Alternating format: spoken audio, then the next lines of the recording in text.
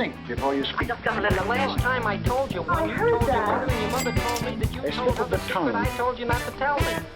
You're watching Lip Service on Bent TV, where we help you sort your problems. Please welcome my regular panellists, Craig, and our special guest stars, Dean and Lisa. Hi, guys. Let's get straight into it now. I've got a letter. I'm going to have to read this letter to you, if I may. I wear these to add gravitas to what I say, not because I can't see otherwise, OK? Of course. You do understand that. I have just found out that my 15-year-old son is gay. He told his mother tearfully a week ago, begging her not to tell me. But she did, as perhaps he knew she would. He said to her that he would tell me soon, but needed to prepare himself. Since then, nothing.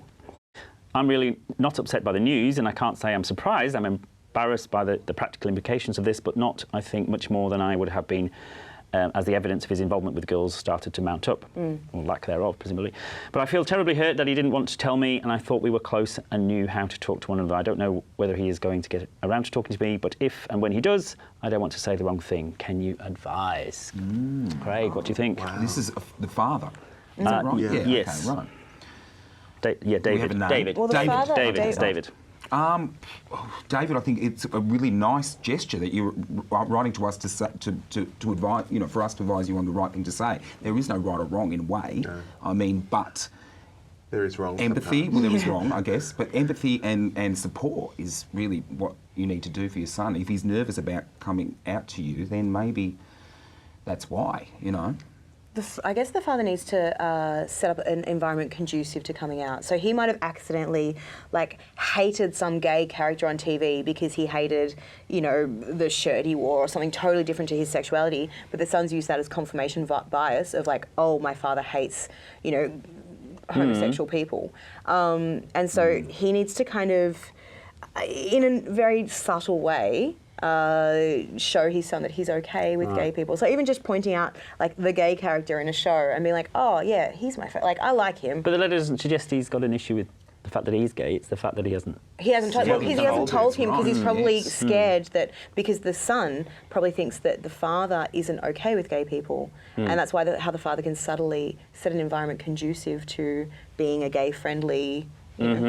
Well, does the son just think the mother's told him anyway, which is what's happened? Well, which is what I mean. You know what? Also, he's the adult. He should just sit his son down. But coming out as this really intense thing, and it's really funny. We forget when we had to come out of the closet. We forget that it's also about the other side of the coin. It's also about our parents and what it means, because we're going through something that's so huge and so intense. And for us, it feels like this weight's been lifted. But there's all these other emotions that have to come with it. But you never need to take that on. It sounds like, David, you have a great relationship with your son, and you love your son, and you want to be there for him, and you want to help him. And there's nothing wrong with being a father to him and talking to your son. You don't need to say, son, I know you're gay, but you can be the father that you're always going to be, and just talk to him about it. You can talk to him about how he feels, and at the end of the day, it's up to both of you to make the relationship what you want it to be. Don't be upset that your son hasn't told you that he's gay. Instead, embrace him and embrace your relationship and make it something bigger and stronger. Nice. Final word on that one, Phil? Thank you. I think that's really very helpful, I think. We've got one from Omar now. He's in a same-sex relationship, and they're both very busy, both professional jobs, so he tells me the boyfriend wants to schedule sex. Hell yes. Yes. He's not comfortable with the scheduling? Oh, my partner You like and scheduling? I, we're crazy busy. I work nights, they work days because I'm a performer. Scheduling sex is hot. It's part of negotiation. I love it. It's something to look forward to. And because, as you're busy, it's just easy to sit on the couch and stare at the TV and then accidentally not have What happens sex. if you don't kind of feel in the mood at that particular time? I'm the complete opposite. I don't understand. When I've been in relationships and they try to schedule the sex, it's never seemed to work. It just, someone always seems to be out of the loop. So I think a way to mix that up is if you're going to have to schedule sex, that's fine. The important thing is to schedule it out of the bedroom. Schedule it in other places. Schedule it in environments that help mix it up instead of the patterns and places that you normally have. So it's a constant adventure for the two of you.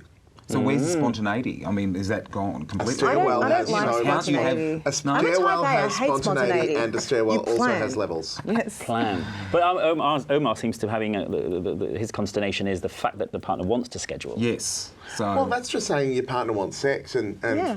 why wouldn't they? Like, I think it's great that a partner's actually talking about it and saying, look, we've got to fit some time in for this, and let's make a roster. And if you need to have that on the fridge, if that's what you need to get things aligned at the moment, then fine. Because when you're in that busy time, it's that thing as well, when someone wants to have sex in bed, and when you're both busy and crazy, bed is the last place. It's just where you want to collapse. Yeah. You know, and that's point. what, if you need a schedule and roster to kind of remember to fit in what's important, then as long as it gets you on the track you need, why wouldn't you do it? yeah, Totally. sure. Okay. What happens when you propose time schedule and you renege on the? But that You have you to cancel. can't. And this is, if you have that busy a schedule, you've got to set up an agreement. It's all about the communication. Of course. You've got to talk, and if you guys agree on this time, and I think place is an important thing, you should say place as well, then there is no way around it. Although if you're not in the mood, I guess you can say a yes and. Like, say if you've had a horrible day at work and your mother's sick and you've just got off the phone for him, you can't be like, right, get on it. Okay, but sex can mean many different things. Yeah. We know that. Well, it could be like sex doesn't cuddling need to and- mean exactly. Sex doesn't need to Intimacy of mean some sort. intercourse every single time. It could, but well, it's two guys, so it could be, you know. Yeah. But you don't also want to be like, Oh Yeah, yeah, yeah, no, yeah. there's nothing worse than crying Fair through a enough. blowjob. Nothing worse. Okay. Well, we've got to package this one up together. A quick one, and we've only got a couple of minutes left. But Mandy has, in order to encourage her partner to be tidier at home, she's using sex as a reward. So she puts the washing in, she gets sex if she does the washing no, up. don't she use gets sex as a weapon. My house Is would that never right? be cleaner. Wow. Well, I live in a very messy house, but I think sometimes that's because of all the sex. So, I mean, is it right to use sex as a reward? I don't think it is, but then it depends on the relationship dynamics that you've got. If you're in a S&M, dom and sub relationship, then No, can they just be- like a tidy house. It's these just a guys. tidy house. Yeah, Well, they just Yeah. want a tidy house. Whatever works. I mean, to get a tidy I've house. I punished guess. slaves by withdrawing sex, but that's been like a hyper performative Yeah. thing. It hasn't been in your vanilla day-to-day relationship. Yeah, that just no. feels I think just sex Mandy should be wants a a clean picture. standalone nice Yeah, that's thing. Give us something else. Like, say, sex is just so emotionally loaded. Like, I will cook you a nice dinner. Yeah. Right. I mean, I True. would withhold something else, but don't Yeah. withhold sex. Like, sex is for the both of you. You're only punishing yourself, and what's the point of that? Good Yeah. point. Huh. Yeah. Well, there we And celebrate both. Like, if we both, clean up, we both give each other pedicures. So, Mandy, we're not awfully keen on that notion, I'm afraid. So, but thanks for sending in your messages. If you have any problems, please do contact us through the Bent TV website. You've been watching Lip Service. Thank you very much, panel. Craig, Dean, Lisa, I'm Simon. We'll see you on Lip Service sometime, someplace, somewhere. Good night.